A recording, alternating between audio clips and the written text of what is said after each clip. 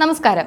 കേരളത്തിൽ തിരഞ്ഞെടുപ്പ് കഴിഞ്ഞ് വോട്ടെണ്ണാൻ ഇനിയും ദിവസങ്ങളുണ്ട്. പക്ഷേ UDF ക്യാമ്പിൽ ഇപ്പോൾ തന്നെ സത്യപ്രതിജ്ഞാ ചടങ്ങുകൾക്കുള്ള ഒരുക്കങ്ങൾ തുടങ്ങിയ മട്ടാണ്. മുഖ്യമന്ത്രിയാകാൻ കോട്ട് തുന്നിച്ചവരും മന്ത്രിപ്പണി സ്വപ്നം കണ്ട് വകുപ്പുകൾ വീതം വെക്കുന്നവരും. ചുരുക്കത്തിൽ ജനങ്ങൾ വോട്ട് രേഖപ്പെടുത്തിയതിനു മുൻപേ ഭരണം ഉറപ്പിച്ച മട്ടിലാണ് ചർച്ചകൾ.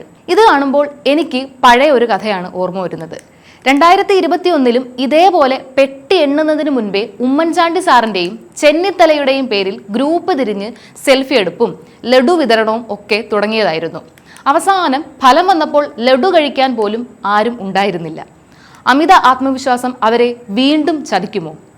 ജയിക്കുന്നതിന് മുൻപേ വകുപ്പുകൾ വിഭജിക്കുന്ന UDFന്റെ ഈ പഴയ ശീലം നമുക്ക് പുതിയതല്ല.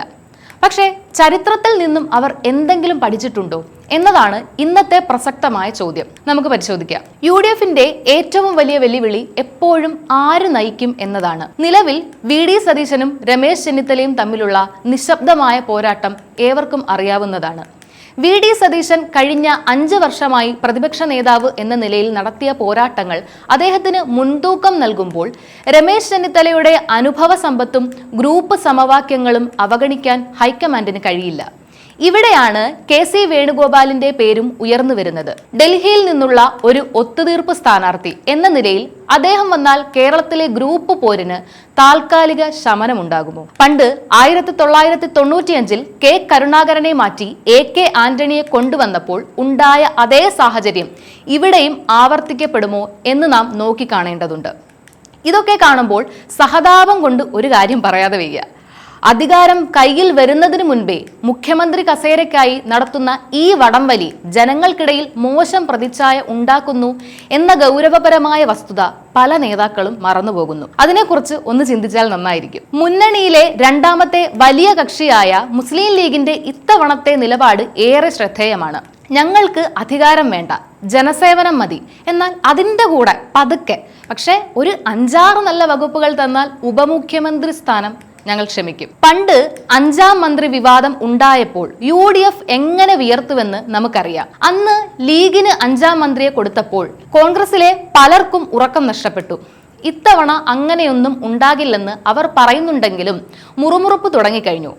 വ്യവസായം കുഞ്ഞാലിക്കുട്ടിക്ക്, വിദ്യാഭ്യാസം ജോസഫ് ഗ്രൂപ്പിന്, ഇങ്ങനെയൊക്കെയാണ് പ്ലാൻ. പക്ഷേ PC വിഷ്ണുനാഥും ഷാഫി പറമ്പിലും മാത്യു കുഴൽനാടനും ഒക്കെ ക്യൂ നിൽക്കുകയാണ്.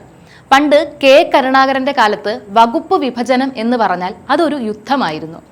മുഖ്യമന്ത്രി ആരാകുമെന്ന് തീരുമാനിക്കാൻ ഡൽഹിയിൽ പോയി സോണിയാഗാന്ധിയുടെ വീടിന് മുന്നിൽ ദിവസങ്ങളോളം കാവൽ നിന്ന ചരിത്രമുണ്ട് കോൺഗ്രസിന്. ഇന്ന് അത് വീഡിയോ കോളിൽ ആയെന്നേ ഉള്ളൂ. കോൺഗ്രസിനും ലീഗിനും പുറമെ PJ ജോസഫിന്റെ നേതൃത്വത്തിലുള്ള കേരള കോൺഗ്രസ് ഗ്രൂപ്പും RSPയും വലിയ പ്രതീക്ഷയിലാണ്. 2021 തിരിച്ചടിയിൽ നിന്നും പാഠം ഉൾക്കൊണ്ട് വോട്ട് നില മെച്ചപ്പെടുത്താൻ സാധിച്ചാൽ ഇവർക്ക് മാന്യമായ മന്ത്രിസ്ഥാനങ്ങൾ നൽകേണ്ടി വരും. പഴയ K കരുണാകരൻ മന്ത്രിസഭകളിലും ആന്റണി മന്ത്രിസഭകളിലും വകുപ്പുകൾക്കായി ഘടകകക്ഷികൾ നടത്തിയ കടുത്ത സമ്മർദ്ദങ്ങൾ കേരളം കണ്ടതാണ്. വിദ്യാഭ്യാസം, വ്യവസായം, പൊതുമരാമത്ത് തുടങ്ങിയ പണക്കൊഴുപ്പുള്ള വകുപ്പുകൾക്കായി നടത്തുന്ന ലേലം വിളികൾ പലപ്പോഴും ഭരണത്തിന്റെ കാര്യക്ഷമതയെ ബാധിച്ചിട്ടുണ്ട്. AK ആന്റണിയുടെ നേതൃത്വത്തിലുള്ള UDF സർക്കാരുകളുടെ കാലത്ത്, പ്രത്യേകിച്ച് 2001 അധികാരത്തിൽ വന്നപ്പോൾ വകുപ്പ് വിഭജനത്തെ ചൊല്ലി നടന്ന തർക്കങ്ങൾ കേരള രാഷ്ട്രീയത്തിലെ കറുത്ത അധ്യായങ്ങളിലൊന്നാണ്.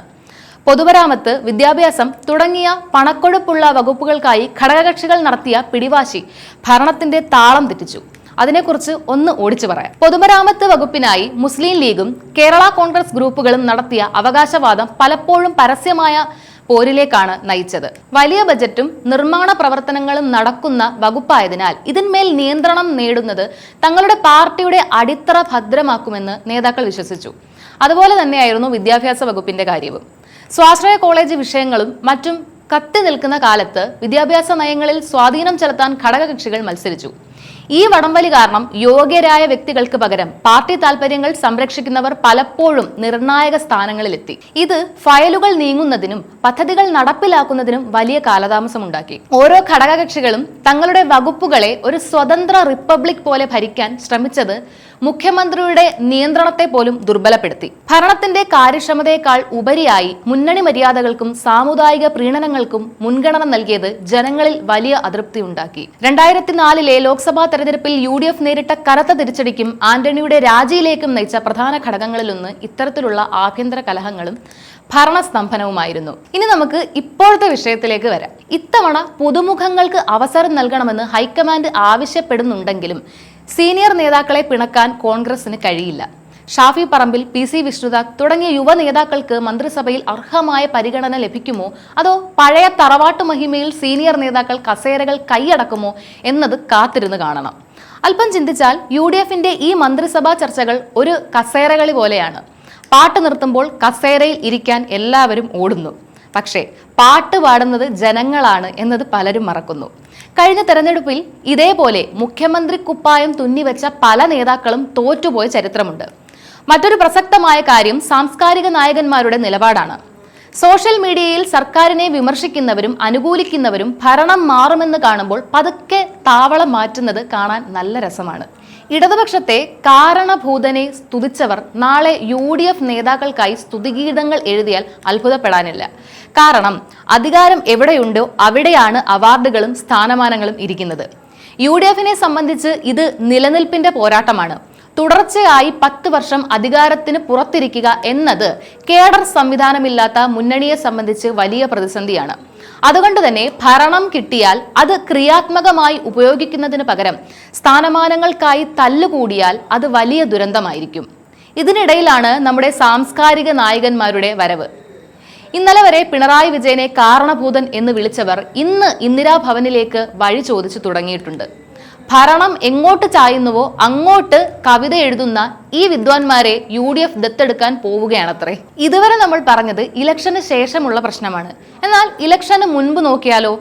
VD സതീശൻ പറഞ്ഞു, എപ്പോൾ തിരഞ്ഞെടുപ്പ് പ്രഖ്യാപിക്കുന്നുവോ 1 മണിക്കൂറിനുള്ളിൽ സ്ഥാനാർത്ഥി റെഡി.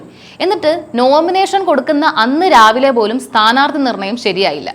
കോൺഗ്രസിനെ സംബന്ധിച്ചിടത്തോളം തിരഞ്ഞെടുപ്പ് കാലത്തെ ഏറ്റവും വലിയ വെല്ലുവിളി ജനവിധി തേടുക എന്നതിനേക്കാൾ സ്വന്തം പാളയത്തിലെ സ്ഥാനാർത്ഥി നിർണയം സുഗമമായി പൂർത്തിയാക്കുക എന്നതാണ്. സ്ഥാനാർത്ഥി നിർണയ വേളയിൽ മാനദണ്ഡമാക്കുന്നത് പലപ്പോഴും വ്യക്തികളുടെ വിജയസാധ്യതയല്ല, മറിച്ച് അവർ ഏത് ഗ്രൂപ്പിൽ പെടുന്നു എന്നതാണ്. A ഗ്രൂപ്പും I ഗ്രൂപ്പും തമ്മിലുള്ള വീതം വെപ്പ് നടക്കുമ്പോൾ യോഗ്യരായ പല യുവാക്കളും ജനപിന്തുണയുള്ള നേതാക്കളും തഴയപ്പെടുന്നു.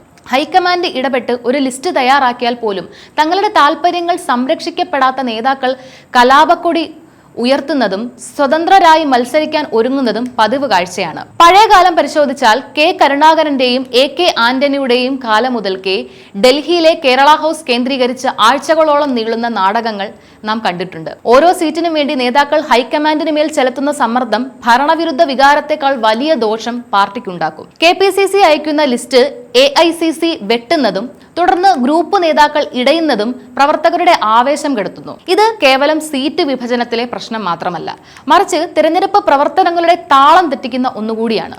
എതിർപക്ഷം സ്ഥാനാർത്ഥികളെ പ്രഖ്യാപിച്ച് മണ്ഡലത്തിൽ 2ാം ഘട്ട പ്രചരണം തുടങ്ങുമ്പോഴായിരിക്കും കോൺഗ്രസ് ഗ്രൂപ്പ് പോര് തീർത്ത് ഒരു പേര് തീരുമാനിക്കുന്നത്. ജയിക്കാൻ സാധ്യതയുള്ളവർക്ക് പകരം ഗ്രൂപ്പ് മാനേജർമാരുടെ പ്രിയപ്പെട്ടവർക്ക് സീറ്റ് നൽകുന്ന ഈ രീതി കോൺഗ്രസ് തിരുത്തിയില്ലെങ്കിൽ ഭരണത്തിലേക്കുള്ള വഴിയിൽ അവർക്ക് തന്നെ അവർ വലിയൊരു കുഴി തോണ്ടുന്നതിന് തുല്യമായിരിക്കും. ഈ ഗ്രൂപ്പ് യുദ്ധങ്ങൾ തിരഞ്ഞെടുപ്പ് രാഷ്ട്രീയത്തിലെ ഗൗരവപരമായ പോരാട്ടങ്ങളെ ഒരു കോമഡി ഷോ ആക്കി മാറ്റുന്നു എന്നതാണ് യാഥാർത്ഥ്യം. ജനവിധി എന്തു തന്നെയായാലും ഒരു ജനാധിപത്യ സംവിധാനത്തിൽ ഭരണപക്ഷത്തോളം തന്നെ പ്രസക്തമാണ് ശക്തമായ പ്രതിപക്ഷവും.